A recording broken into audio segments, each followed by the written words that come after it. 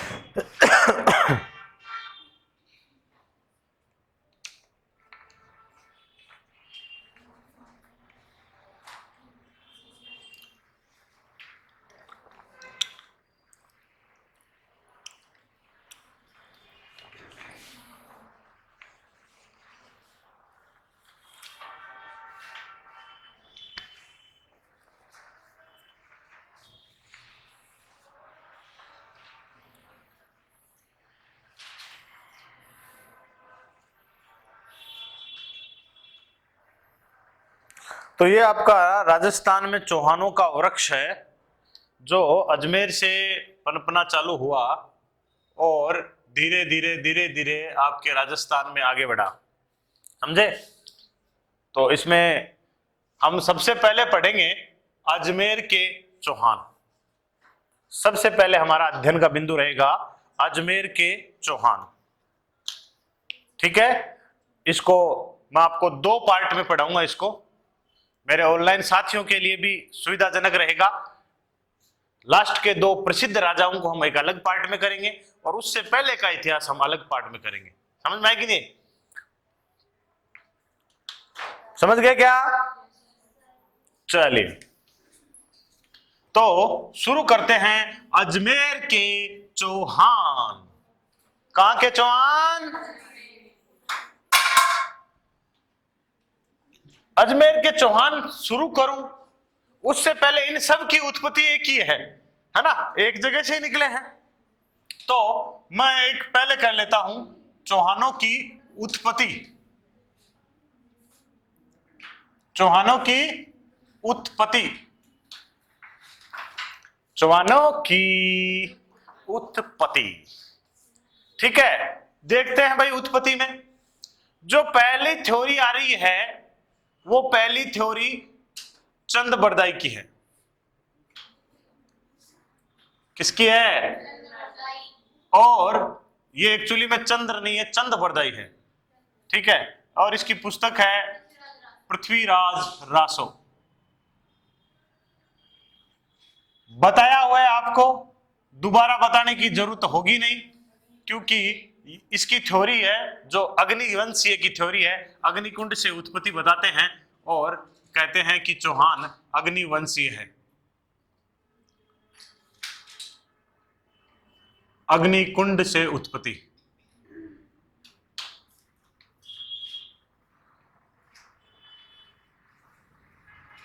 देखो, जो कि एक थोड़ी सी आज के वैज्ञानिक युग में पचती नहीं है ये थ्योरी, है ना। साइंटिफिक रीजन गलत, साइंटिफिक तरीके से देखा जाए तो ये ठीक नहीं लग रहा।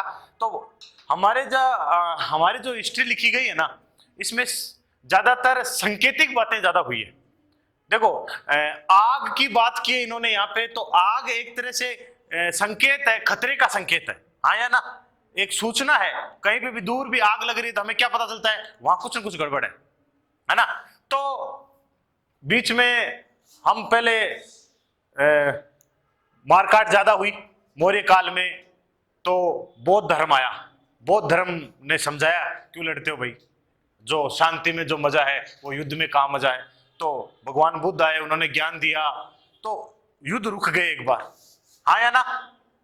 अब युद्ध रुक गए तो संभवतः ये हो सकता है कि युद्ध रुक गए, लेकिन किसी ने इनको बताया इधर से कोई आने की संभावनाएं खत्म है, इधर से आने की संभावनाएं खत्म है, इधर पानी है खत्म है, इधर पानी है खत्म है। तो इधर से आक्रमण हो रहे थे बार बार, हाँ या ना, इधर से बार बार आक्रमण हो रहे थे।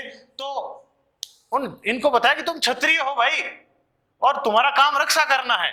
तो संभवतः हो सकता है कि उस समय किन्हीं 4 व्यक्तियों को चुना गया, किन्हीं 4 महापुरुषों को, बलशाली शरीर में ठीक ठाक जिम जाम जाता बन चुना गया, और उनको फिर अग्नि परीक्षा दिलाई गई। उनको बताया गया कि पहले तुम क्षत्रिय थे, तुम्हारे पूर्वजों ने रक्षा की इस देश की, अब तुम्हारी बारी है, तुम रक्षा करो, हाँ या ना। ऐसा किया, संभव हो सकता है, लेकिन अग्निकुंड से कोई पैदा नहीं होता है। समझ में आ रही है मेरी बात को? ये फाइनली ये हो सकता है। तो वापस वही बात है, पिंटू और चिंटू, प्रतिहार, परमार, चालुक्य और चौहान। ये क्रम ऐसा ही रखना रे, एक बार क्रम को लेकर क्वेश्चन पूछ लिया था, ठीक है ना। प्रतिहार, परमार, चालुक्य, चौहान, याद रखना इस बात को।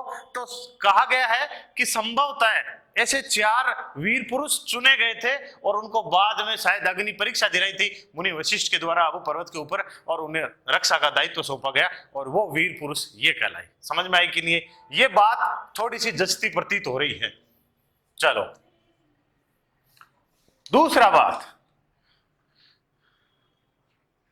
एक ग्रंथ है पृथ्वीराज विजय, एक किताब है। अच्छा, मैं राइटर भी साथ साथ में लिख रहा हूं, अगर आप लोगों को पता है तो बता दो। जैनक भट्ट है इसका, साथ में राइटर भी आ रहे हैं। यह ग्रंथ है हमीर रासो, हमीर रासो नाम इसका रचयिता है सारंगधर। एक ग्रंथ है जिसका नाम है हमीर महाकाव्य, हमीर महाकाव्य, इसका रचयिता है नयन चंद्र सूरी, ठीक है। ये और साथ में एक व्यक्ति को भी जोड़ लो आप, नाम है गौरी शंकर ओझा।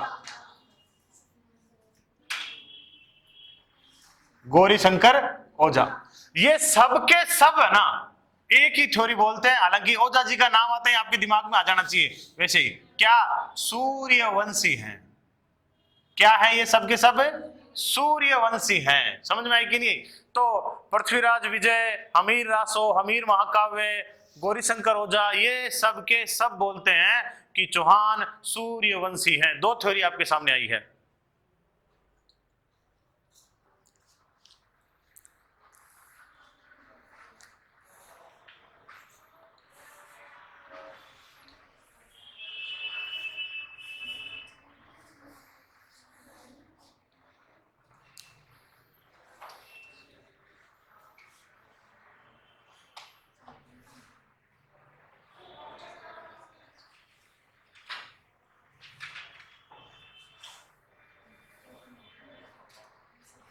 हो गया?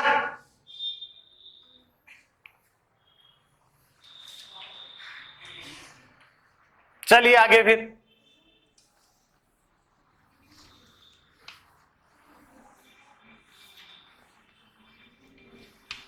मैं आपको फिर और कराता हूं एक थ्योरी। देखो बात ऐसी है, एक लेख है, उस लेख का नाम है बिजोलिया शिलालेख।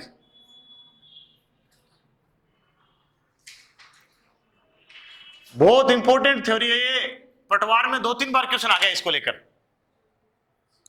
बिजोलिया शिलालेख, इसी बात की पुष्टि यानी इसका समर्थन कर रहे हैं साथ में एक कवि हुए हैं जिन्होंने लिखा कायम खां रासो। क्या लिखा? और लिखने वाले मैं ब्रैकेट में लिख रहा हूं कवि जान। किन्होंने लिखा? कवि जान। इसी का समर्थन कर रहे हैं, इसमें जो बात बोली है ना उसी बात का समर्थन कर रहे हैं। नाम है डॉक्टर दशरथ शर्मा। डॉक्टर दशरथ शर्मा, पुस्तक का नाम है द चौहान अर्ली डायनेस्टी। हाँ या ना? ये सबके सब एक बात बोलते सेम। क्या बोलते हैं? कि भाई ए चौहान है ना, वत्स गोत्र ब्राह्मण है। क्या ब्राह्मण तो है ही है, साथ में ये साथ में क्या बता रहे हैं? गोत्र और बता रहे हैं। ब्राह्मणों में गोत्र चलते हैं, कश्यप गोत्र, वत्स गोत्र, ठीक है ना।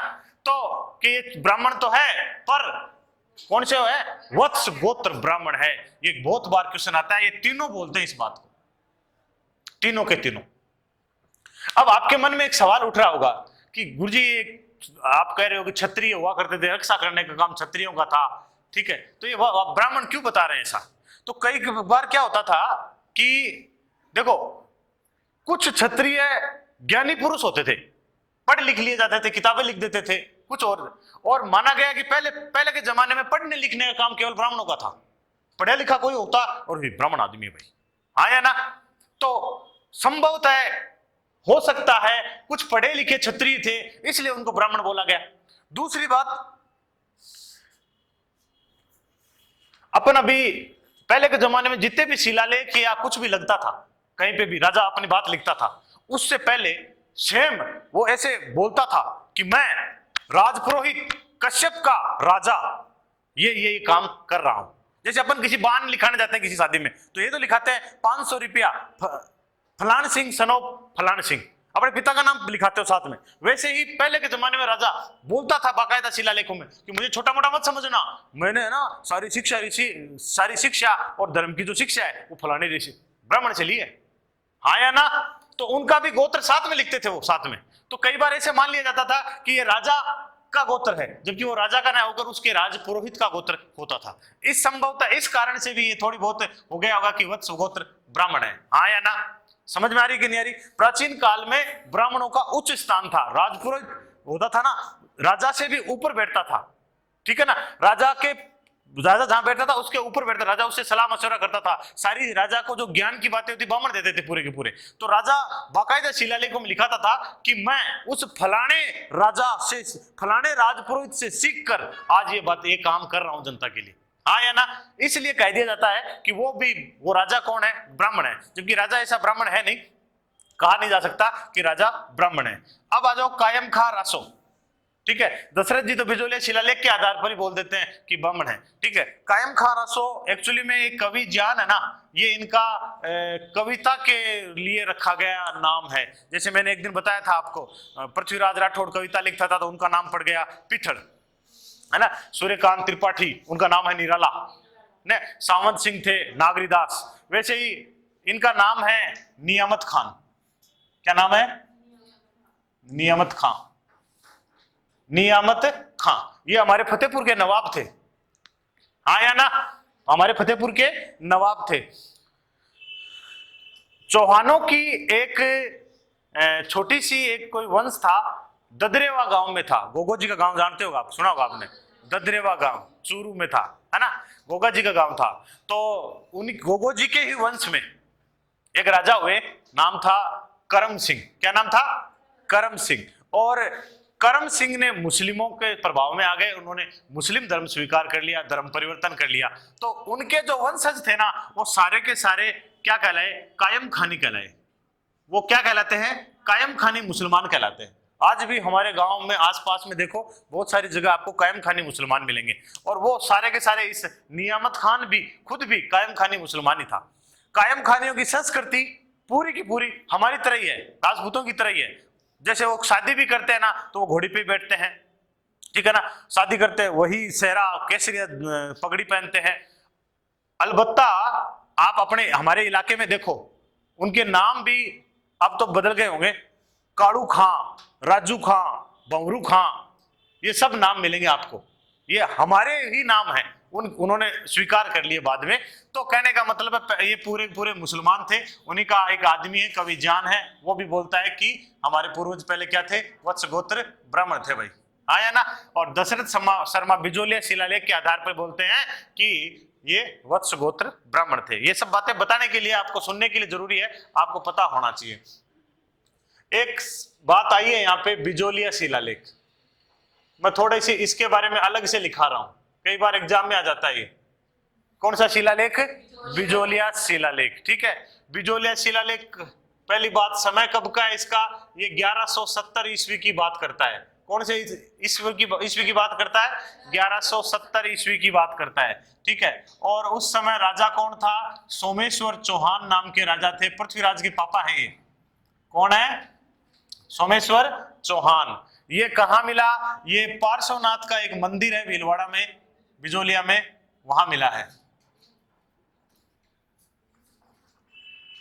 कहां मिला? ये पार्श्वनाथ का मंदिर भीलवाड़ा में मिला है, हाँ या ना, ठीक है।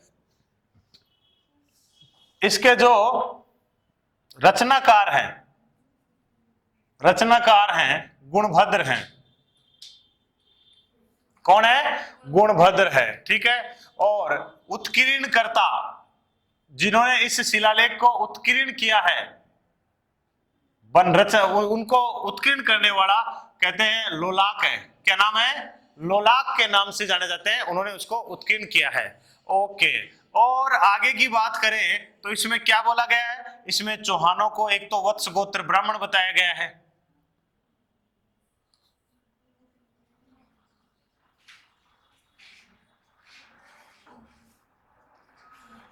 ठीक है। और क्या बोला है इसमें बोला है कि वासुदेव चौहान ने सांबर झील का निर्माण करवाया है। किसका निर्माण करवाया है? इसमें यह बात भी बोली है। इसमें और क्या है? राजपूताना के प्राचीन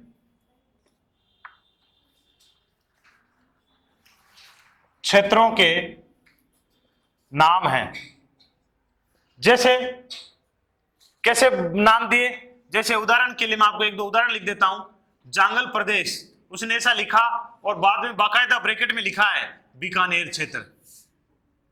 हाँ या ना? ठीक है ना? उसने लिखा श्रीमाल, ठीक है, बाकायदा ब्रैकेट में लिखा है बीनमाल है।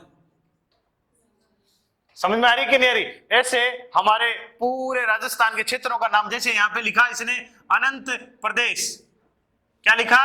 अनंत प्रदेश, ब्रैकेट में लिखा है सिक्कर क्षेत्र, हाँ या ना? सिक्कर देश करके सांबर क्या क्षेत्र है जो बीच का, वो कहलाता है अनंत प्रदेश। ऐसे इस शिलालेख में आपको बहुत सारे ऐसे नाम लिखे हुए हैं जिनके आगे बताया गया है कि राजस्थान के इन प्राचीन क्षेत्रों के नाम ये हुआ करते थे और वर्तमान में ये है। उतारिए, ये बहुत अच्छी थ्योरी है, एग्जाम में आई हुई है, पटवार में आई हुई है एक बार, कि किस शिलालेख के अनुसार चौहानों को वत्स गोत्र ब्राह्मण बताया गया है? बिजोलिया शिलालेख के अनुसार। ठीक है, साथ में इन दोनों को भी कन्वर्ट करना है, ये दो भी इसका समर्थन करते हैं, कायम खां रासो और दशरथ शर्मा भी बोलते हैं। ठीक है, एक बार तो क्वेश्चन ऐसा आ गया था, दशरथ शर्मा किस शिलालेख को आधार मानकर चौहानों को ब्राह्मण बताते हैं? बिजोलिया शिलालेख को आधार मान के ब्राह्मण बताते हैं। ठीक है ना? फिर बिजोलिया शिलालेख के ऊपर आ जाता है, ये सोमेश्वर जी के समय का है, सोमेश्वर जी ने जमीन दान में दी थी, उस समय लगवाया गया था। पार्श्वनाथ जी का मंदिर है, गुणभद्र रचनाकार है, उत्कीर्णकर्ता लोलाक है, भाषा तैयार करने वाला केशव है, चौहानों का वत्स गोत्र ब्राह्मण बताया गया है, वासुदेव चौहान ने सांबर झील बनाई है, ये बताई गई है। इसमें राजपूताना के प्राचीन क्षेत्रों के नाम भी मिलते हैं।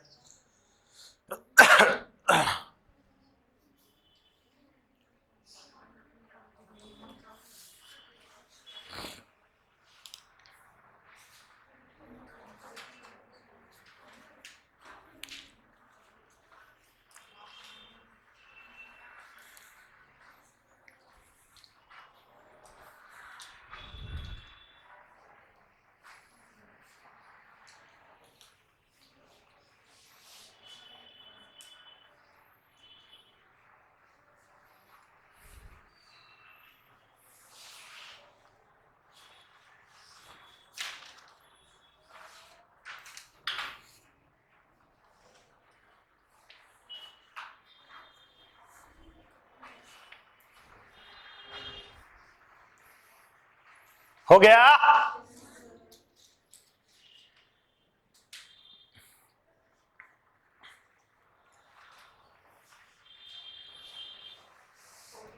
चलिए, तो एक और थ्योरी मिल गई आपके सामने जिसे कहा गया है वत्स गोत्र ब्राह्मण है।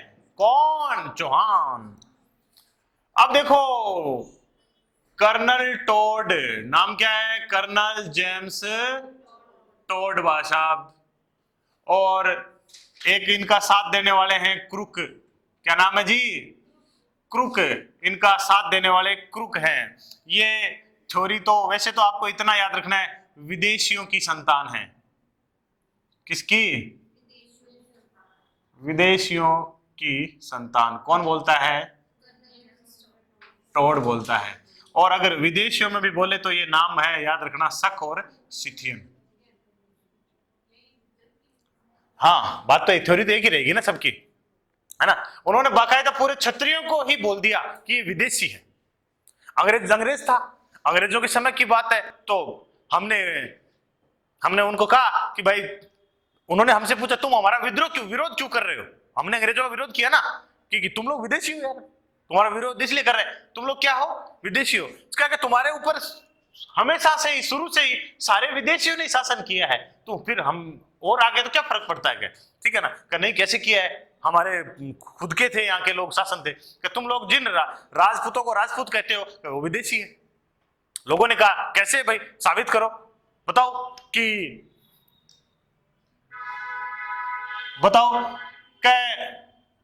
शक और शीतियन होते थे ना, पहले सूर्य पूजा करते थे। क्या करते थे? सूर्य पूजा। तुम्हारे राजपूतों ने सबको सूर्यवंशी अपने आप को सूर्यवंशी बता दिया था सबको। कहा, बात तो सही है थारी। दूसरी बात, पूरे के पूरे जो शक और थे वो अश्व पूजा करते थे, घोड़ों की पूजा करते थे। क्या तुम्हारे राजपूत घोड़े लेके दौड़ते ही रहते हैं सारे दिन? हाँ या ना? आगे, शकों में पहले सती होती थी, तुम्हारे यहाँ भी देखो, लुगाई का गेल बाढ़ दे है, क्या आदमी के लुगाई ने बाढ़ दे है? हाँ या ना? चौथा और इंपॉर्टेंट कारण, मद्यपान।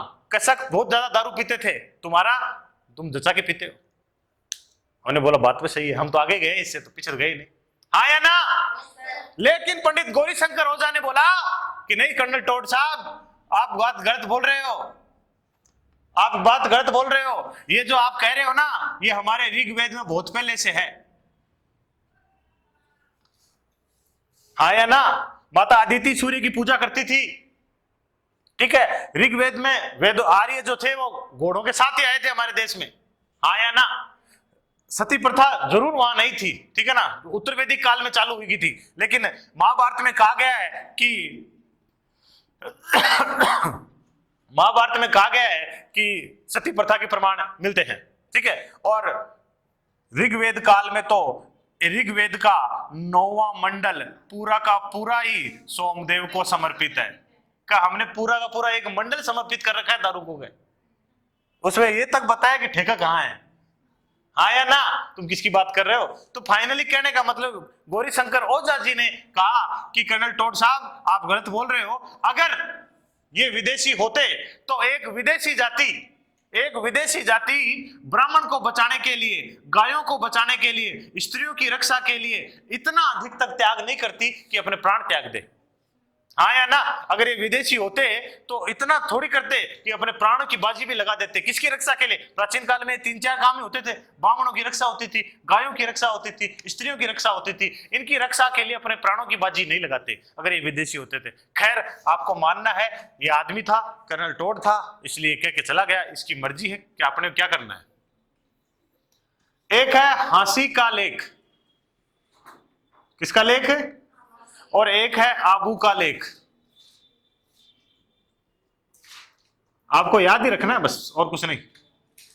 ये थोड़ी अलग बता रहे हैं, कई बार एग्जामिनर बोल दे तो आपको बताना है। चंद्रवंशी चौहान क्या है? चंद्रवंशी है। ऐसे ही एक मैं और बता देता हूं, छोटी सी बात है। रायपाल का सेवाड़ी लेख, रायपाल का सेवाड़ी का लेख है। इसमें एक अलग बात बोली है, इंद्र के वंशज। किसके वंशज हैं? इंद्र के वंशज।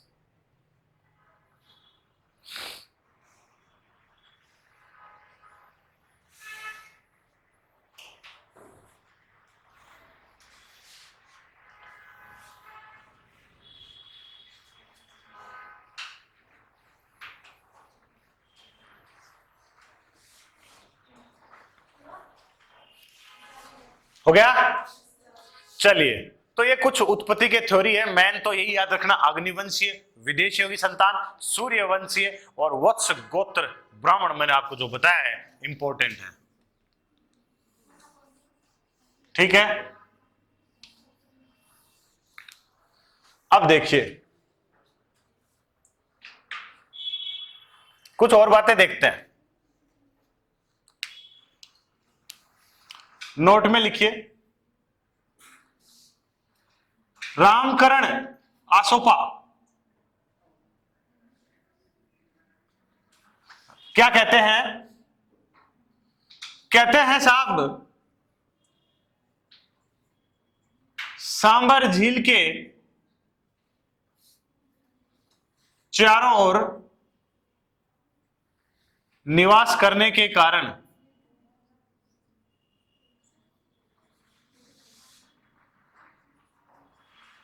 ये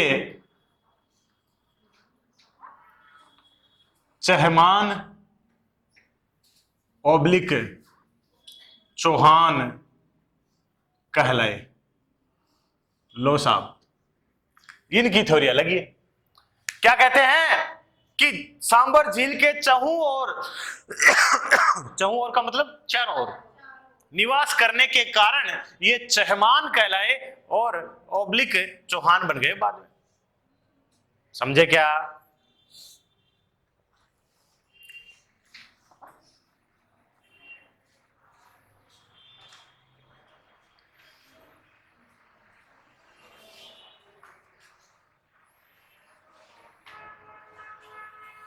अब इनका एक उत्पत्ति स्थल देख लीजिए, ठीक है। उत्पत्ति स्थल आदमी के अनुसार नहीं, कुछ मत है। कुछ लोग कहते हैं कि इनका उत्पत्ति स्थल जांगल प्रदेश है। कौन सा प्रदेश है? जांगल प्रदेश है। और इस जांगल प्रदेश की इनकी राजधानी हुआ करती थी अहिच्छत्रपुर। क्या हुआ करती थी? अहिच्छत्रपुर। किसका प्राचीन नाम है? नागौर। जैसे वहां पे अभी मैंने बताया था बिजोलिया शिलालेख में प्राचीन क्षेत्रों के नाम दे रखे हैं, तो वहां अहिच्छत्रपुर भी दे रखा है और फिर बोल रखा है नागौर का पुराना नाम था।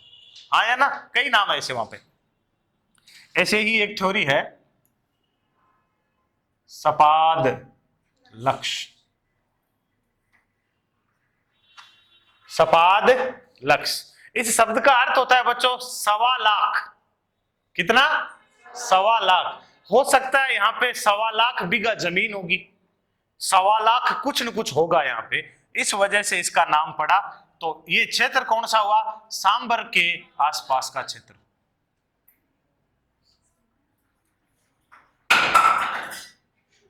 के पटकोर है सांबर के आसपास का क्षेत्र। इसी तरह एक थ्योरी है अनंत प्रदेश। अभी बताया था आपको सिक्कर से लेकर पुष्कर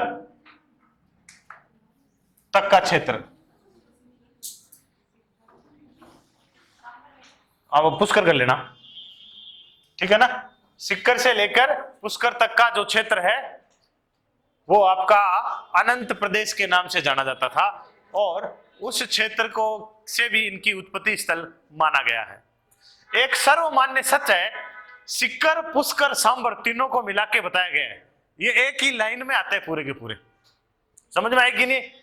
सिक्कर पुष्कर सांबर, ये क्षेत्र पूरा का पूरा कहते हैं इनका हुआ करता था।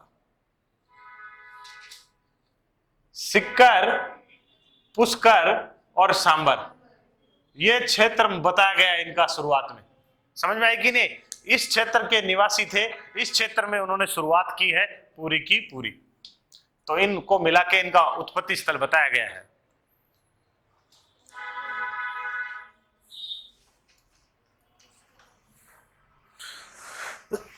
तो अभी आपके सामने सिद्धांत पता चले कि गौरी शंकर ओझा, हमीर महाकाव्य, जैनक भट्ट, ये जैसे लोग बोलते हैं सूर्यवंशी हैं गौरी शंकर ओझा। पृथ्वीराज रासो बोलती है अग्निवंशी है, अग्निकुंड वाली थ्योरी।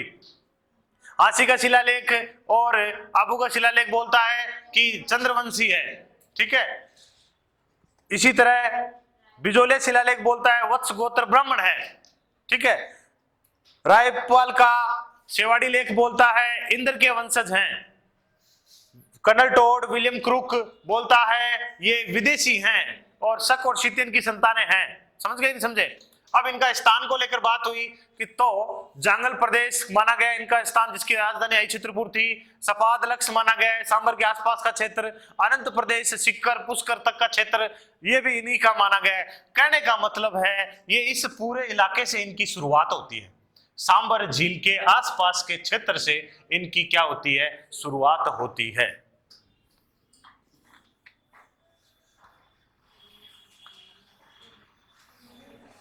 ठीक है, अब शुरू करते हैं अपना। तो अजमेर के चौहान हेडिंग डालिए अभी।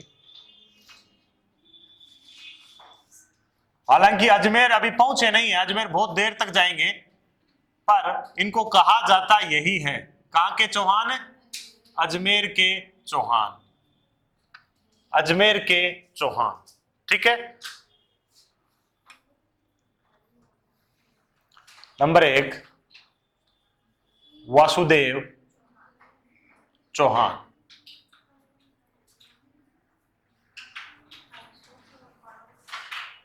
वासुदेव चौहान। ध्यान रखने वाली बात क्या है?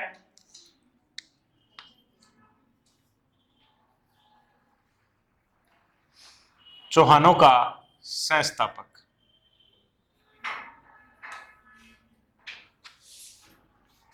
आदि पुरुष भी कहते हैं इसे।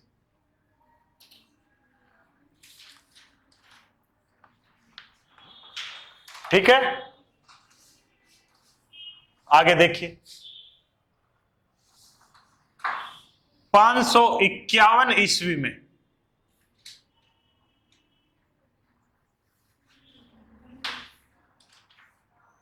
सांबर के आसपास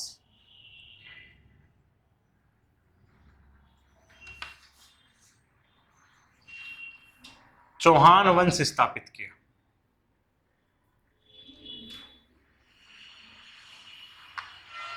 कब? 551। ये जो बात है ना 551 वाली, ये बात हमें राजशेखर से पता चलती है, और राजशेखर की पुस्तक का नाम है प्रबंध कोश। मैंने कल परसों बताया था ये पुस्तक इंपॉर्टेंट है। इन्होंने कुछ तिकड़मबाजी बिढ़ा बिड़ू के कि ये टाइम ये हो सकता है, आइडिया लगा लोगों के बोला है कि 551 के आसपास वासुदेव चौहान ने, इनका जो आदि पुरुष है, इसने शाकंभरी या सांभर के आसपास के क्षेत्र में चौहान वंश की नींव रखी। और यह क्षेत्र क्या कहलाता था? सपादलक्ष। और अभी अभी मैंने लिखाया है कि बिजोलिया शिलालेख भी एक बात बोल के गए हैं। क्या बोला था इसने? नहीं, ऐसी बात तो मैं पहले बता चुका हूं कि सांबर झील का निर्माण करवाया है, बोला है ना कि सांबर झील का निर्माण करवाया। किसने? वासुदेव ने। उतारो, ये इनका सह स्थापक है वासुदेव चौहान।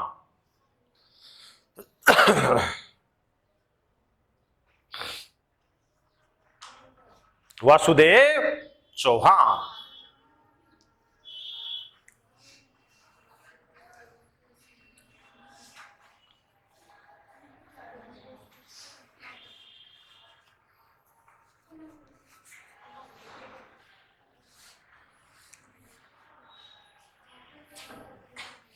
अब देखो बात ऐसी है, पिछली पटवार में पीछे हुई उसमें एक क्वेश्चन पूछ लिया था, वेरी घट नाम की उपाधि किसे प्रदान है निम्न में से? और वो जो राजा था वो एक ऐसा राजा था जो आमतौर पे यहां से सीधा पढ़ाया जाता है अजय राज चौहान लगभग, और इसके बीच में आता है वो, तो इसलिए यहां से जो राजा हुए हैं उनको मैं पढ़ा रहा हूं आपको। क्या पता कोई सा क्वेश्चन, क्योंकि आजकल क्वेश्चन बड़े डीपली आने लग गए हैं, इसलिए ध्यान रखने वाली बात है, ठीक है? क्या पता वहां से कोई क्वेश्चन आ जाए, क्योंकि उनके बारे में जानकारी एक दो ही है बची हुई, छोटे छोटे राजा हैं, लेकिन उन्हीं में से क्वेश्चन आ रहा है। जैसे एक राजा बना है, उसके बाद नाम है दुर्लभ राज। क्या नाम है? दुर्लभ राज, ठीक है? उसके बाद एक राजा बना जिसका नाम है गुवक फर्स्ट, गुवक प्रथम। इसके बाद एक राजा बना, नाम है गुवक द्वितीय, गुवक द्वितीय। तीन तीन मैं एक साथ पढ़ा रहा हूं ताकि आपकी क्रमबद्धता बनी रहे। इनके बारे में जानकारी इतनी उपलब्ध है मार्केट में, पर क्वेश्चन बन रहे हैं आजकल, इसलिए पढ़ाया जा रहा है। क्या इसके बारे में क्या बात है? एक बात है इसके बारे में, बंगाल के पाल वंश को हराया। पाल वंश के आपको पढ़ाया मैंने ये भी, और इसको भी पढ़ाया जो त्रिकोणीय संघर्ष में भाग लेता है, धर्मपाल को हराया। तो आपसे पूछ ले कि वह शासक बताइए जिसने त्रिपक्षीय संघर्ष में भाग लिया है, जिसने धर्मपाल को हराया है? दुर्लभ राज। समझ में आ रही कि नहीं आ रही? हो गया। दूसरी बात, इसके समय पहली बार अजमेर क्षेत्र में, अजमेर बना नहीं अभी इसलिए मैं अजमेर क्षेत्र लगा रहा हूं, क्योंकि कोई ना कोई तो इलाका होगा वहां पे अजमेर बनने से पहले, जमीन तो थी, ठीक है ना? अजमेर क्षेत्र में पहली बार इनके क्षेत्र में इनके समय पहली बार अजमेर क्षेत्र में मुस्लिम आक्रमण हुए।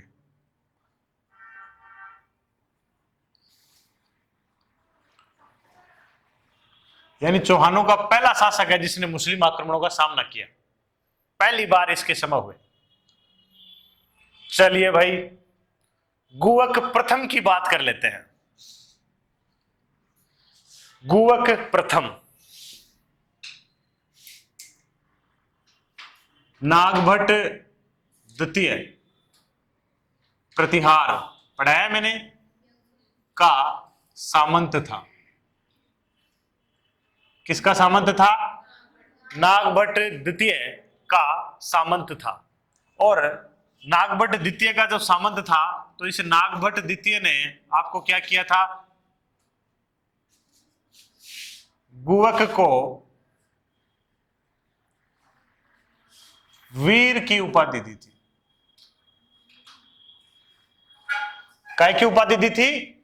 वीर की उपाधि दी थी। समझ में आ रही बात?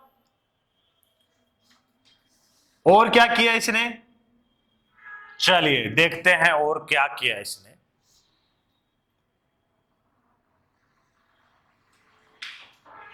हर्षनाथ का मंदिर बनाया। कहां है भाई? सिक्कर।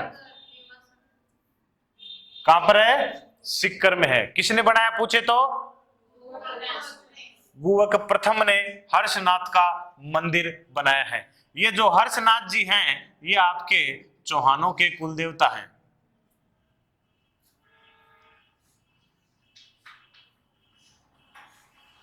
ठीक है। इसने हालांकि मंदिर के कुछ हिस्से ही बनाए, पूरा आगे जाके कोई शासक करेगा, लेकिन क्वेश्चन में आए तो गुवक प्रथम ही आएगा उत्तर। ठीक है ना, कि किसने बनाया?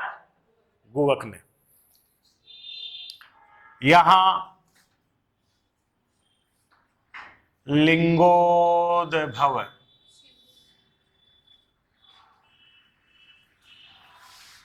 शिवलिंग है, यानी एक ऐसा शिवलिंग है जिसकी परिक्रमा ब्रह्मा और विष्णु कर रहे हैं। समझ में आई कि नहीं? तो यहां पे लिंगोद्भव शिवलिंग है। ये आपका हो गया गुवक प्रथम। चलो इतना उतारो, गुवक द्वितीय बाद में करा देंगे।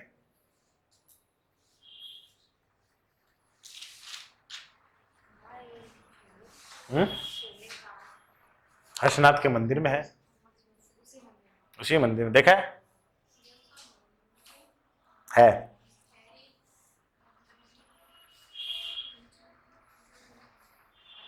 ये यहाँ के शिवलिंग का नाम है, ये लिंगोद्भव शिवलिंग।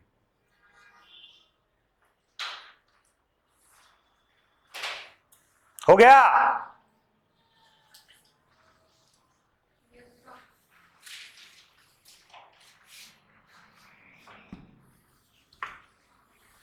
चलिए फिर आगे।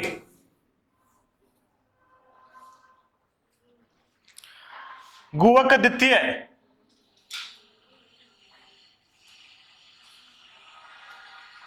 जब गुवक द्वितीय पढ़ रहे हो तो साथ में पढ़ो चंदन राज। कौन सा राज? चंदन राज। ठीक है, दो को पढ़ लेते हैं। गुवक द्वितीय की एक बात है, अपनी पुत्री कलावती का विवाह प्रतिहार शासक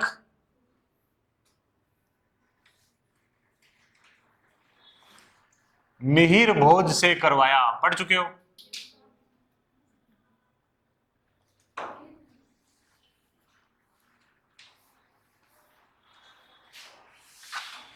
ये बात भी देख लीजिए। ठीक है, अब देखिए चंदन राज।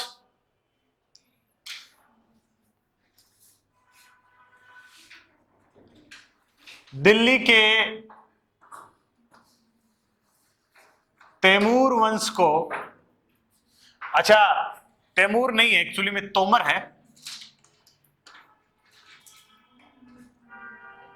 इनको विदेशी मत मान लेना, ये राजपूत होते हैं। अनंगपाल तोमर, एक दिन बताया होगा मैंने, ठीक है ना, याद रखना।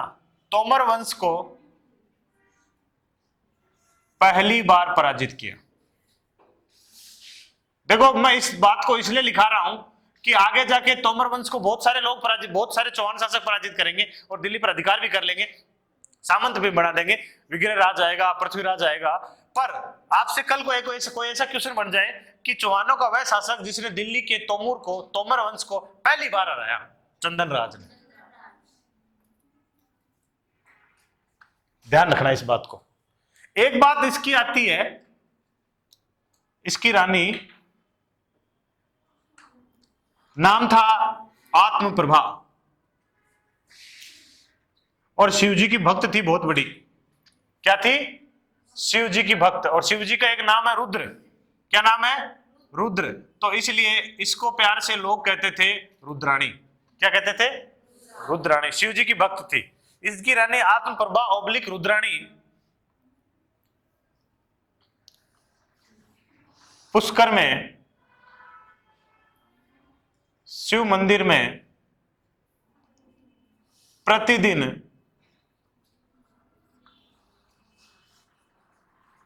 1000 दीपक जलाती थी।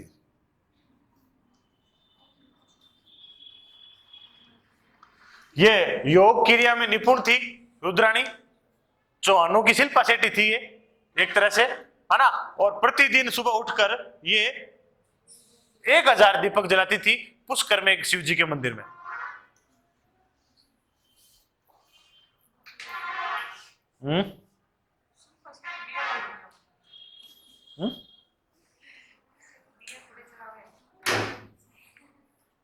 योग क्रिया में निपुण थी ये। कौन? आत्मप्रभा। और वर्तमान में योग क्रिया में निपुण कौन है? नहीं, अगर लेडीजों की बात की जाए तो चौहानों का रामदेव जी यही होगा। आप फालतू हो गया।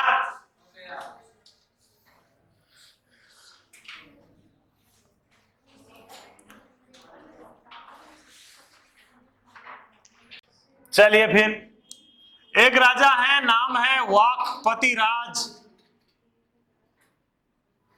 प्रथम। वाकपतिराज प्रथम। क्या नाम है? एक्चुअली में बच्चों बात ऐसी है, इन्हें एक किताब में तो 188 दे रखा है, मैं तो 108 ही लिख रहा हूं। 108 युद्धों का विजेता कहते हैं।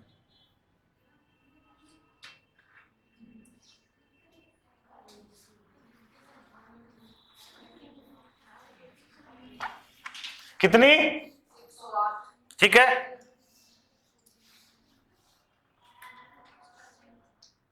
चौहानों का प्रथम शासक जिसने प्रतिहारों को हराया,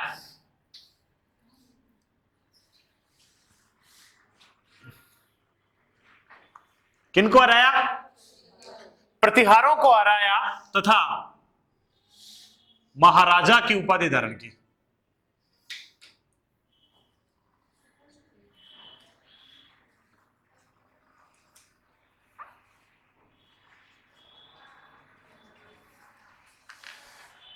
वाकपतिराज प्रथम।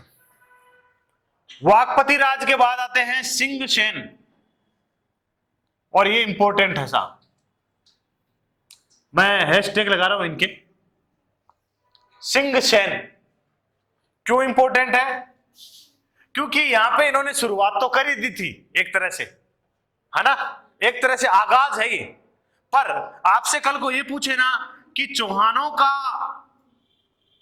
प्रथम स्वतंत्र शासक, यानी अब ये मुक्त हो गए हैं किनसे? प्रतिहारों से पूरी तरह से। अब ये सामंत वामंत नहीं है, आग तो यहां लग चुकी थी, रिजल्ट अब आया है। समझ में आई कि नहीं आई? प्रतिहारों को हराने वाला वाकपतिराज हो जाएगा, लेकिन प्रतिहारों से मुक्त होने वाला चौहानों का पहला स्वतंत्र शासक सिंहसेन होगा। आया ना? और जो पहला होगा ना, वो उपाधि देखो इसकी, फिर ये उपाधि धारण करता है। ये उस उपाधि का नाम है परम भट्टारक। परम भट्टारक महाराजा धीराज। जो स्वतंत्र होता है ना मेरे लाडलो, वही ऐसी उपाधि धारण कर सकता है। परम भट्टारक महाराजा धीराज।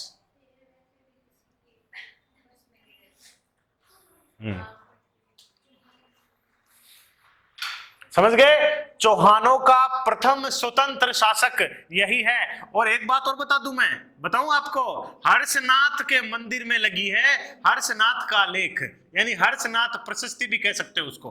हर्षनाथ के मंदिर में लगी है हर्षनाथ का लेख, हर्षनाथ प्रशस्ति भी कह सकते हो। इसमें इसमें चौहान वंशावली मिलती है, चौहान वंशावली मिलती है, वंशावली मिलती है, मिलती है। तो कहा जाता है कि इस वंशावली में नाम है ना गुवक प्रथम से लेकर और सिंह सेन तक ही है।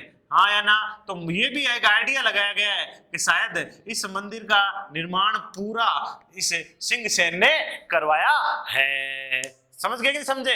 इस मंदिर में जो लेख लगा है उसमें चौहानों की वंशावली लगी है, और उस वंशावली में जो राजाओं के नाम मिलते हैं, अरे गुवक ने तो शुरू कराया तो इसे गुवक तो शुरुआत तो मिलेगा ही मिलेगा। गुवक के बाद से अब तक जो पढ़ाए मैंने, चंदन राज, वाकपति राज, जो भी मैंने पढ़ाया आपको, और भी बीच में 5 से 7 और मैंने लिखवाया नहीं आपको, है ना। गुवक प्रथम से सिंह सेन तक की वंशावली मिलती है। तो सिंह सेन चौहानों का पहला स्वतंत्र शासक है।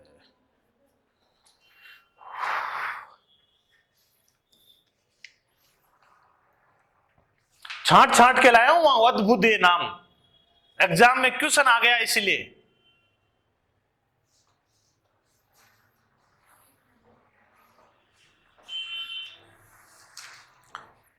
पटवार में उस क्वेश्चन को देख के तो मैं खुद भी सोच में पड़ गया, बच्चों से इतना डीपली कोई क्वेश्चन पूछा जाता है, पर पूछा गया।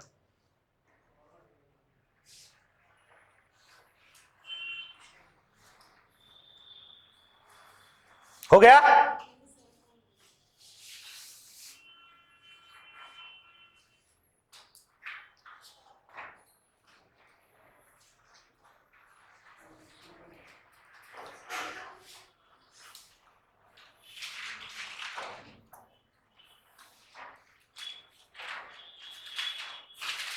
कुछ विशेष? चलिए आगे।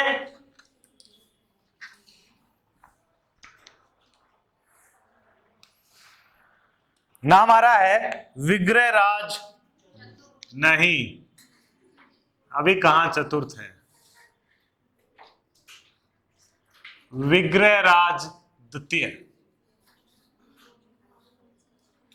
दूसरा नाम लिखा रहा हूं आपको मैं, गोविंदराज थर्ड।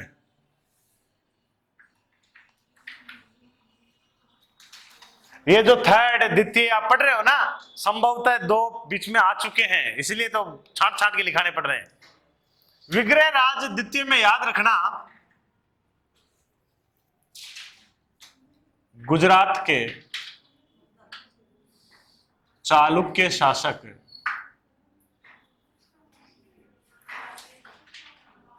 गुजरात में किस वंश का शासन था? चालुक्यों का था। नाम है मूलराज प्रथम। को पराजित किया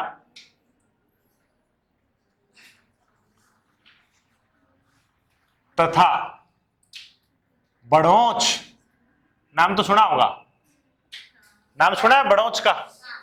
भरूच, बड़ौच में आशापुरी माता,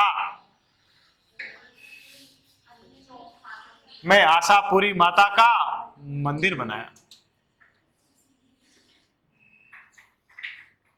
किसने? विग्रहराज द्वितीय ने।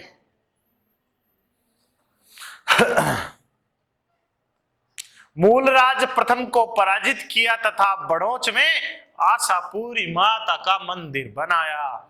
और क्वेश्चन आया था पटवार में, इन्हें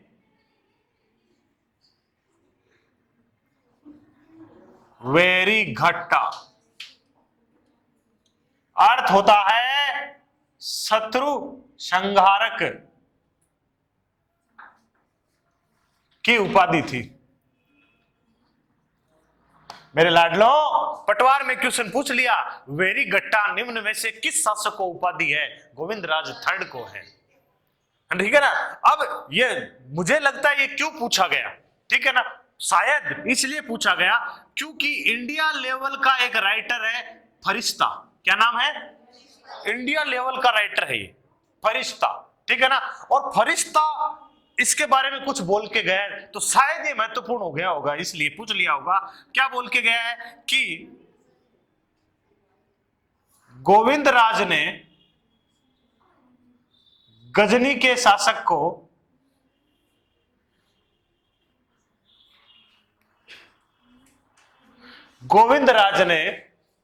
गजनी के शासक को मारवाड़ से आगे नहीं बढ़ने दिया।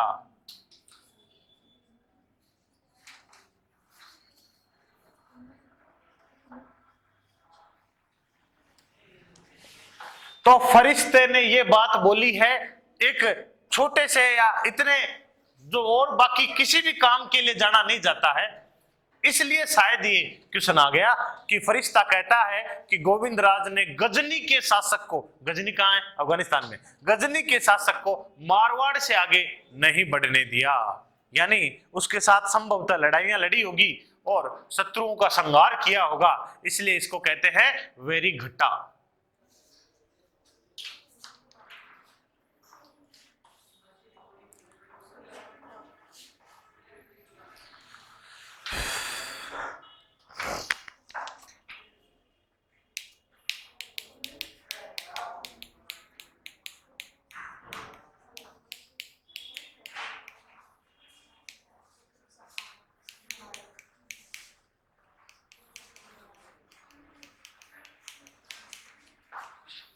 टाइम देख के बताइए। नहीं,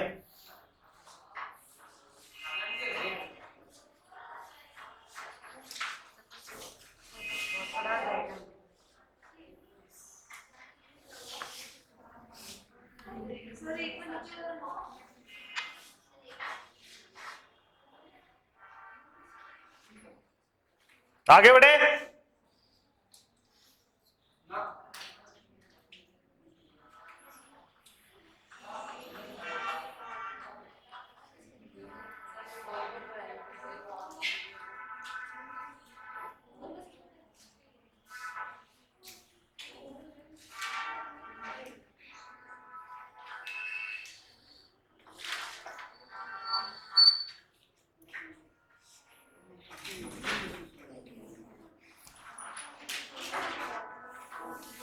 इसके बाद आता है पृथ्वीराज प्रथम। आपका जो ओरिजिनल पृथ्वीराज जिसको पढ़ते हो ना वो थर्ड है, याद रखना, ठीक है ना। उसको पृथ्वीराज थर्ड या पृथ्वीराज चौहान कहते हैं, इतना सा है। ये पृथ्वीराज प्रथम है। एक इंपॉर्टेंट बात, पुष्कर को लूटने आए,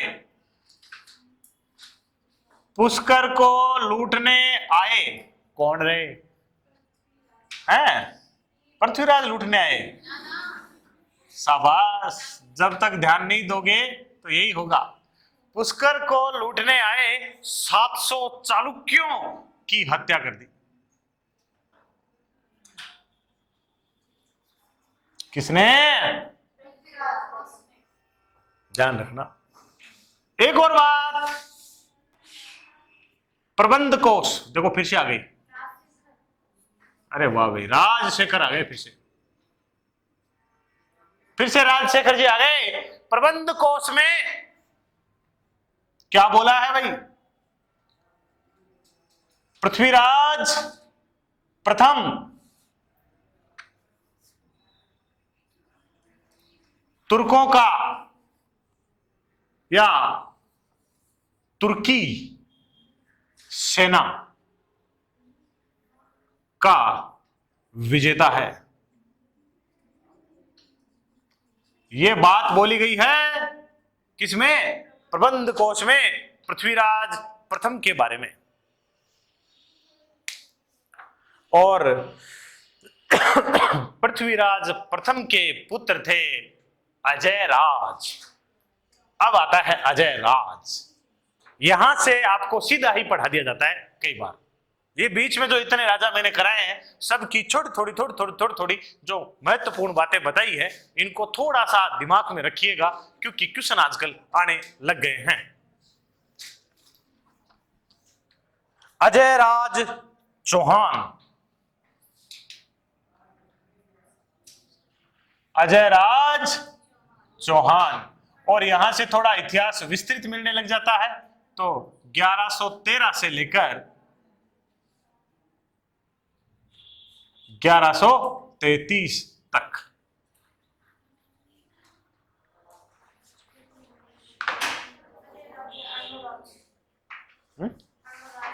कौन? अज्ञा तो कहीं कटोरा लग गया।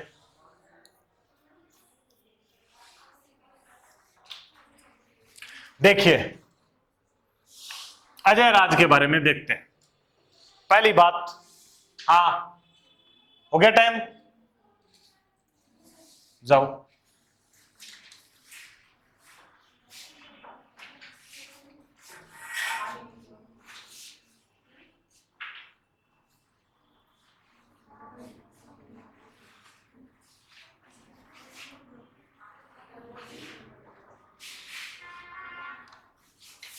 मालवा के नर वर्मन को हराया,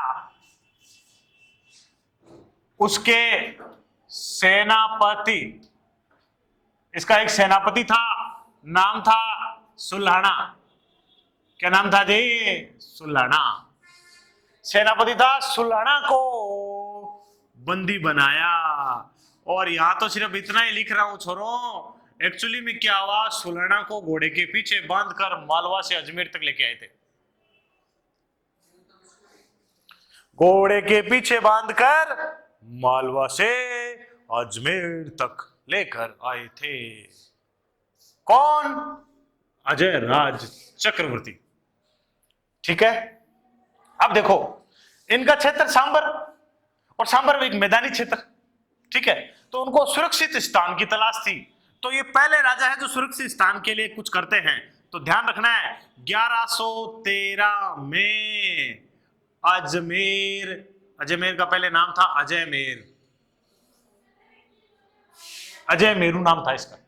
ठीक है, आजकल क्या कह सकते हो आप? अजयमेर, अजमेर बसाया।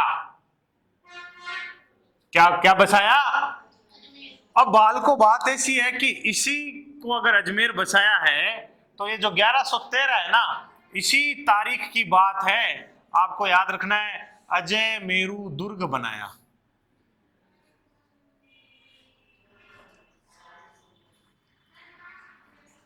क्या बनाया? अजय मेरू दुर्ग बनाया भैया। इसी दुर्ग को कहते हैं तारागढ़। कहते हैं ना रे?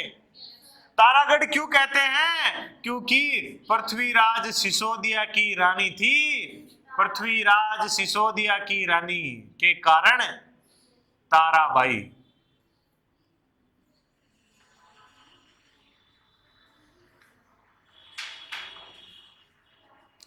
यहां रहती थी।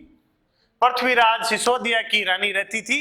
पृथ्वीराज सिसोदिया सांगा का भाई उड़ना राजकुमार, उड़ना राजकुमार। अजय मेरू दुर्ग बनाया इन्होंने, ये भी याद रखना है। अजमेर बसाया इन्होंने, ये भी याद रखना है।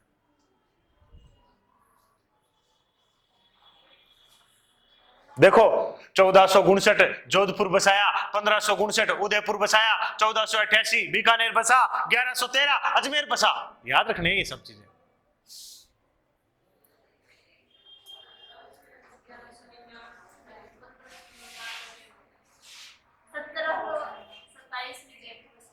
सत्रह सौ 27 में जयपुर बसा।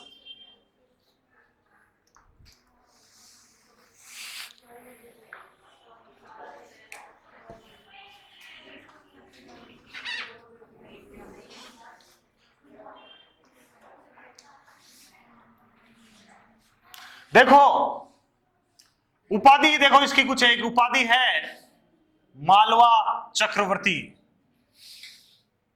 क्या कहते हैं इसे? मालवा चक्रवर्ती कहते हैं।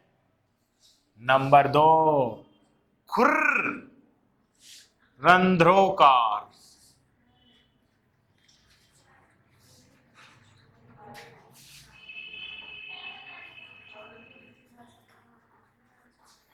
खुर मानी घोड़े के खुर होते हैं ना, घोड़े के खुर होते हैं ना।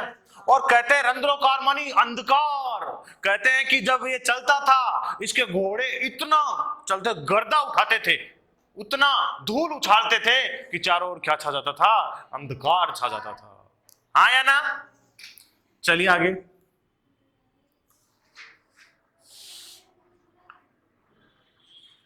चांदी व तांबे के सिक्के चलाए।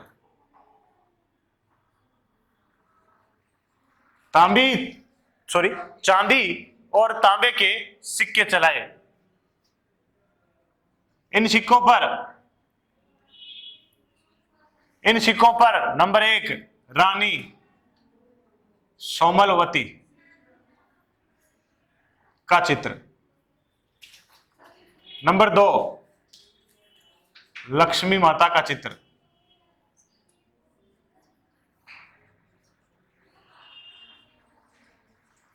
नंबर 3 इन पर क्या लिखाया?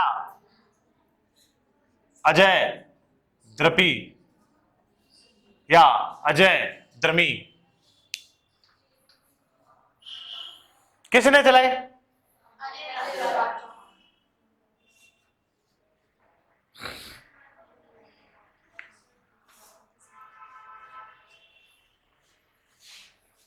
अजय राज चौहान ने।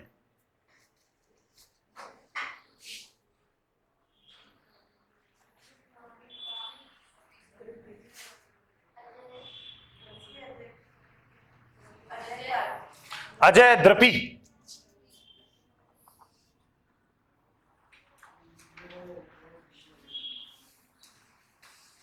या ये नाम भी हो सकता है इसके ऊपर, अजय द्रमी।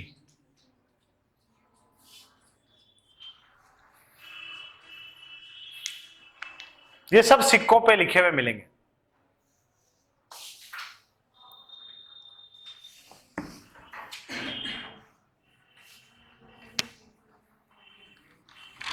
चलिए आगे।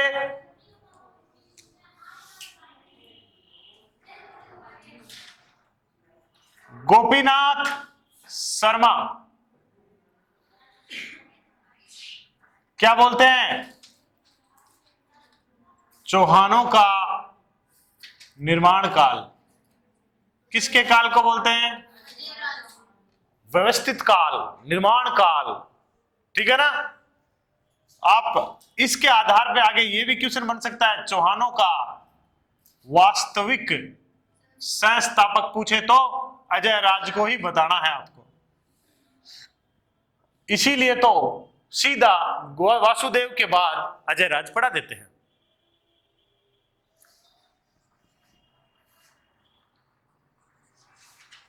जैन धर्म के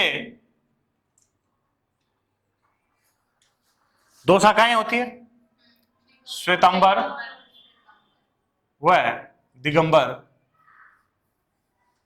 श्वेतांबर और दिगंबर कितनी शाखाएं होती है? 2। दिगंबर परंपरा के मध्य हुए दंगल बोल दो या शास्त्रार्थ बोल दो। क्या बोल सकते हो आप? शास्त्रार्थ। ठीक है? या आप क्या बोल सकते हो? दंगल की अध्यक्षता करता है।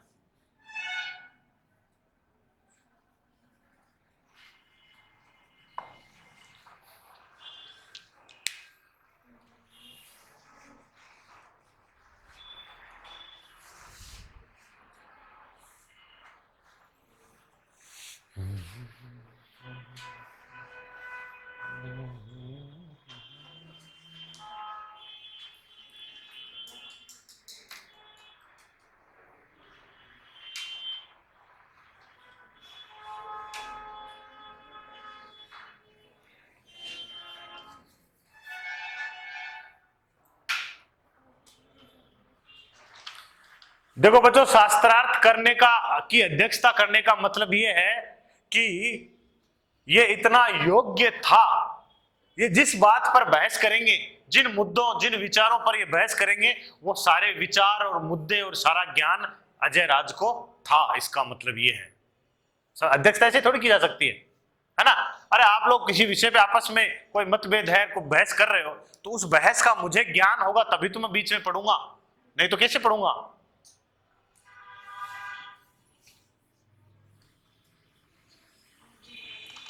चलिए, तो इन्होंने समय से पहले ही अपने बेटे को शासन सौंप दिया और पुष्कर में इन्होंने संन्यास ग्रहण कर लिया। ये ध्यान रखना। इनके पुत्र हुए हैं, नाम है अर्णोराज। इन्हीं को कहते हैं आनाजी। क्या कहते हैं? आनाजी।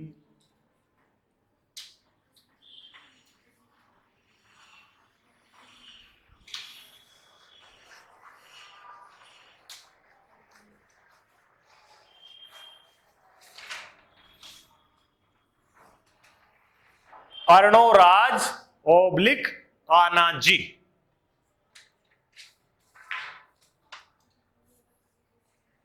देखिए,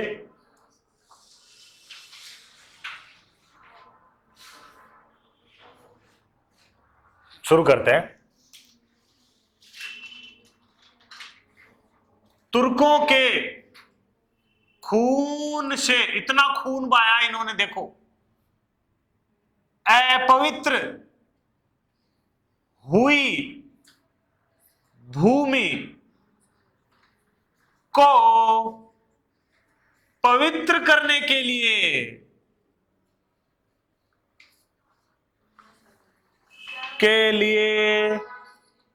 देखो, कई बार बोल देगा चंद्रा नदी, कई बार बोल देगा बांडी नदी, हाँ या ना।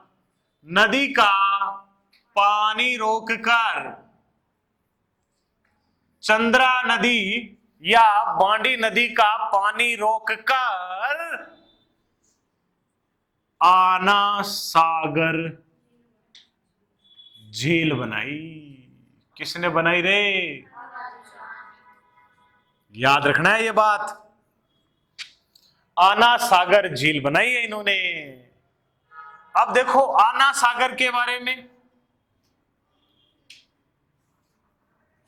समीप जहांगीर ने सुभाष उद्यान बनाया साहब। अब इसका नाम हो गया दौलत खाना, दौलत बाग रे, सॉरी। क्या बनाया? सुभाष उद्यान बनाया जहांगीर ने। किस झील के किनारे? आपको यह भी पता होना चाहिए थोड़ा सा, यहीं पर नूरजहां की मम्मी ने, की माता ने, नाम भी लिख दूं क्या? अस्मत बेगम ने इत्र का आविष्कार किया।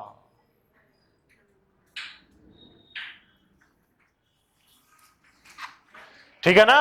नूरजहां की माता ने इसी उद्यान में बैठकर खोज की और इत्र का आविष्कार किया। और याद रखना, खुद नूरजहां ने गुलाब के इत्र का आविष्कार किया, खुद नूरजहां ने।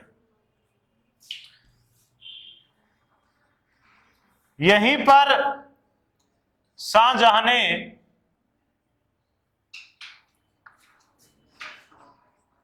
बारादरी बनाई है। छतरियां हैं ये संगमरमर की। यहीं पर शाहजहां ने बारादरी बनाई है। यहीं पर जहांगीर ने सुभाष उद्यान बनाया है, जिसका नाम रखा दौलत बाग। आजकल कहते हैं इसको सुभाष उद्यान, तो ठीक है ना। जहांगीर ने बनाया तब तो दौलत बाग ही था। यहीं पर, क्योंकि सुभाष उद्यान समझ रहे, सुभाष चंद्र बोस के नाम पर है सुभाष उद्यान। यही इसी उद्यान में बैठकर नूरजहां की माता अस्मत बेगम ने एतामू 2 तोला की लुगाई असमत बेगम ने, नूरजहां की मम्मी असमत बेगम ने, जहांगीर की सासू असमत बेगम ने, और क्या क्या बताऊं, इत्र का आविष्कार किया। यहीं पर शाहजहां ने 12 दरी बनाई है। छतरियां ये किसका?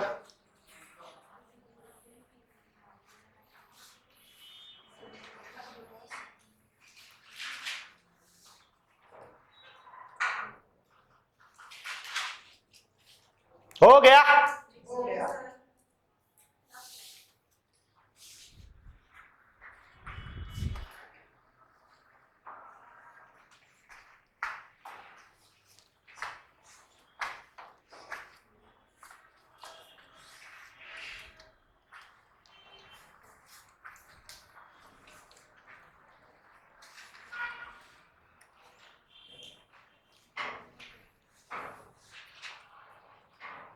हो गया? तो ध्यान रखना, बांडी नदी का पानी रोक के आना सागर झील किसने बनाई? आना जी ने। अब देखो आगे कुछ बात चालुक्यों की हो जाती है। यहां पे चालुक्य, और वो भी कहां के? गुजरात। कहां के? गुजरात। इनकी बात कर लेते थोड़ी सी, कई बार एग्जाम में आ जाता है इनको लेकर, चालुक्यों को लेकर। क्या आता है? आनाजी ने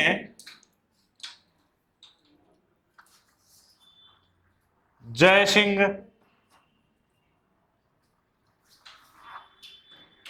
सिद्धराज, पूरा नाम था,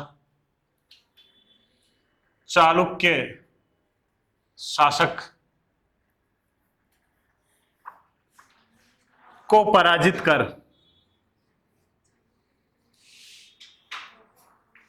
जय सिंह सिद्धराज चालुक्य शासक को पराजित कर उसकी बहन पराजित कर उसकी बहन बहिन, क्या नाम है?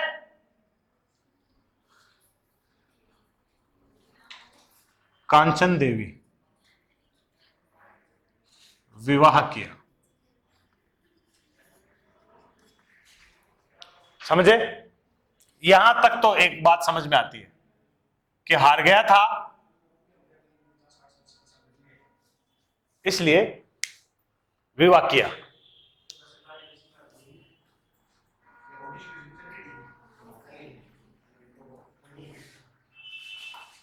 कुछ समय पश्चात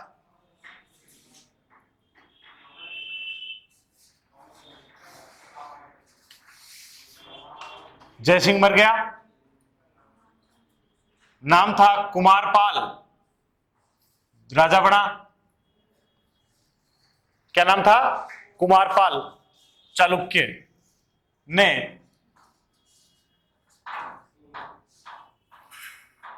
अर्णोराज को पराजित किया तथा अर्णोराज की पुत्री जलना से विवाह किया। यह बात ध्यान रखना, दोनों का अल्टा पल्टी विवाह हुआ है। समझ रहे हो मेरी? नहीं समझ रहे हो? यहां पे के ए का विवाह हुआ है, ठीक है ना? यहां पे ए और के का विवाह हुआ है। समझ रहे हो कि नहीं समझ रहे हो मेरी बात को? ठीक है ना? यहां पे किसका विवाह हुआ है? कांचन देवी का अर्णोराज से, ठीक है ना? यहां पे किसका विवाह हुआ है? जे का और ए से, के से। समझ रहे हो? अब हुआ क्या है सुन लो पहले, थोड़ा सा मैं बता दूं क्यों हुआ ये। आक्रमण किया पहले, ठीक है, हरा दिया उसको, कांचन देवी से विवाह कर लिया। कहते हैं कि एक दिन कांचन देवी के साथ बैठ के पासे खेल रहा था, चौपड़ पासे, और ऐसे ही वंश पे बातें चलने लग गई। तो आना जी ने एक छोटी सी बात और मिलती है कि एक बार बीच में और हरा दिया था, किसी एक और रानी को लेके अपने किसी बेटे या पोते के लिए ले आया था, शादी करवा दी थी। तो उसको बोल दिया कि थे के बोले न मरो, थे बुआ भतीजी जी तर तो लैडी हो हमारी, हाँ या ना। उसके वंश को कुछ बोल दिया ऐसा। रानी को गुस्सा आ गया। कांचन देवी ने फोन मिलाया तुरंत कुमार पाल प्रबंध को, कुमार पाल प्रथम को, और बोला मर गया के खून पानी हो गए, मनिया बोल रहे मरी लियो, हाँ या ना। और वो सेना लेके रवाना और घेर लिया अजमेर को, और घेर लिया तो यहाँ पे अर्णोराज हार गया और इसने विवाह कर लिया, जलना का विवाह करवा दिया कुमार पाल से बाद में। समझ गए नहीं समझे? तो इस तरह से एक तरह से अदला बदला हुआ है।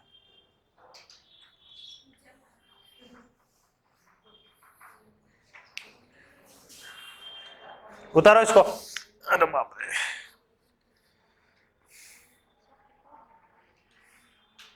बहुत पड़ा, अभी बहुत पड़ा है।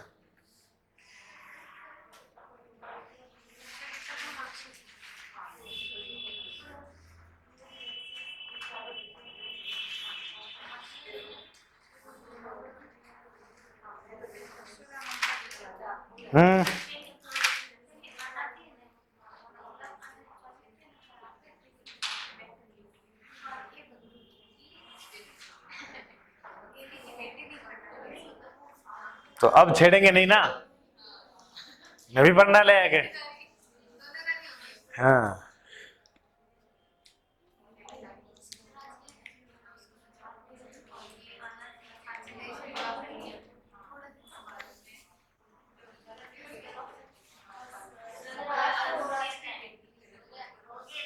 बस थोड़ी सी बात याद रखना।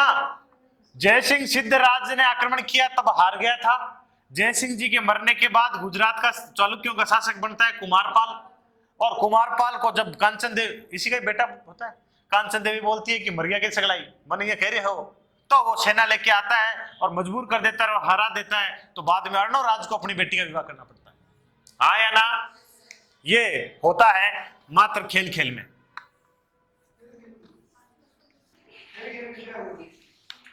देखिए आगे, पुष्कर में वराह मंदिर बनाया इन्होंने। आपको याद होना चाहिए अल्लट ने भी वराह मंदिर बनाया था आहड़ में।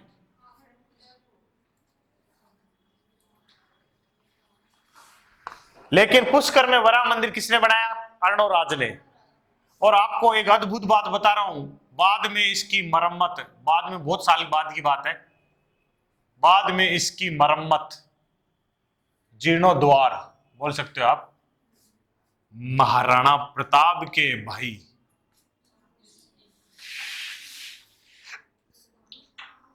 सागर व शक्ति सिंह ने किया।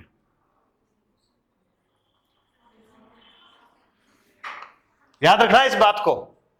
बाद में बहुत सालों बाद इसकी मरम्मत महाराणा प्रताप के भाई सागर और शक्ति सिंह ने किया। परिचय हुआ था, मैंने कराया था, याद करो।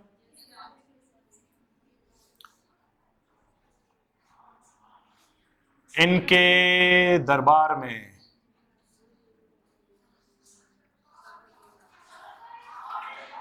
देवभूति व धर्म घोष नामक विद्वान रहते थे।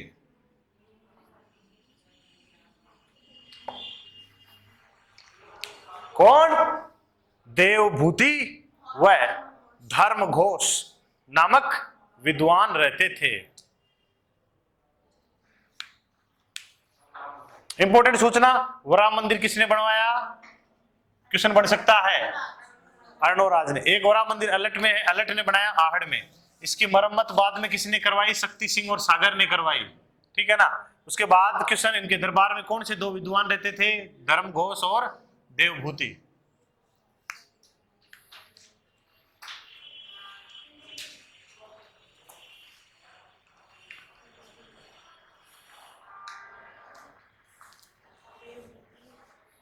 देवभूति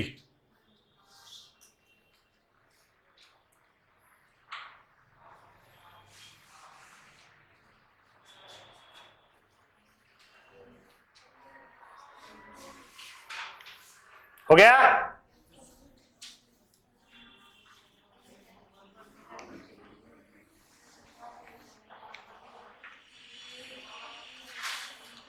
देखो, राजा हुए हैं अर्णोराज, इन्हीं को प्यार से कहते हो आना जी। ठीक है, देखो मैं कुछ चीजें करवा रहा हूं क्योंकि कल जब मैं पढ़ाऊंगा ना तो ये सब के सब नाम आएंगे और कंफ्यूज हो गए आप, इसलिए मैं पहले करा देता हूं इनको। ठीक है ना? एक रानी है, अभी बताया था मैंने आपको, कांचन देवी,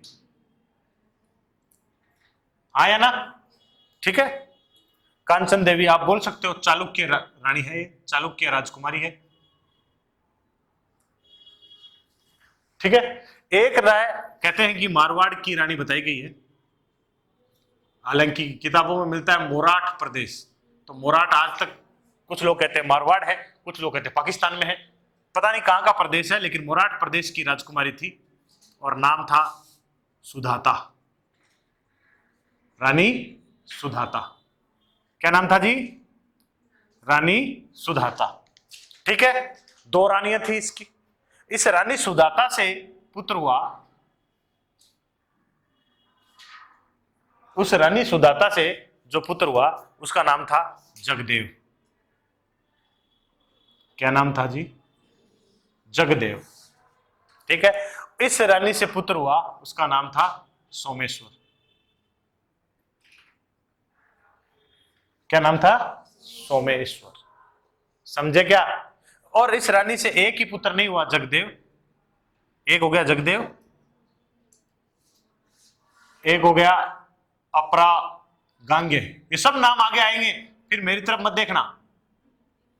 अपरा गांगे का विद्रोह दूर किया, ऐसा कुछ नाम आएंगे आगे। ठीक है ना? एक का नाम था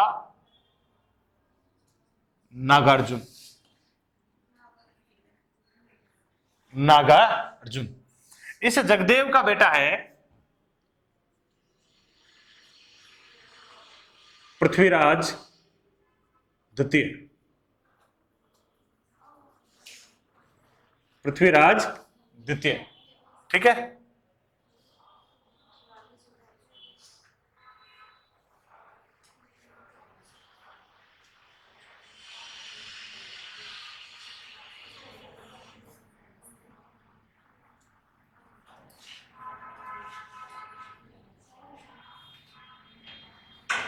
इसकी जगह ये करना, सॉरी, विग्रहराज चतुर्थ, चतुर्थ आएगा। ठीक है, इधर देखिए, सोमेश्वर जी के दो ही संतान थी, एक का नाम था पृथ्वीराज थर्ड कह सकते हो आप इसको, इसी को कहते हैं पृथ्वीराज चौहान, और दूसरे का नाम था हरिराज। क्या नाम था? हरिराज। समझे? ये सब नाम आगे आने वाले हैं, याद रखना। और फिलहाल आपको यह याद रखना है कि अर्णोराज की हत्या जगदेव ने कर दी थी।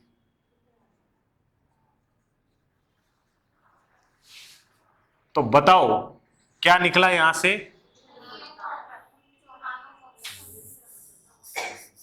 चौहानों का प्रथम पितृ हंता।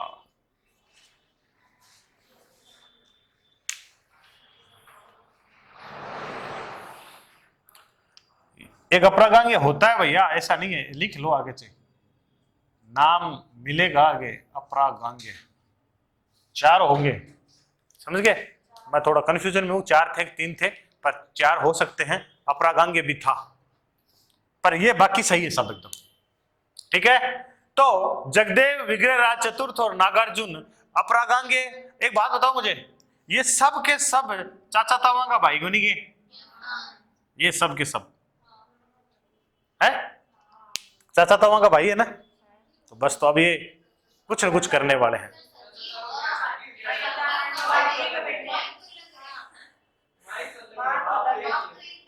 हाँ, भाई हो गए ना। उतारो इसको।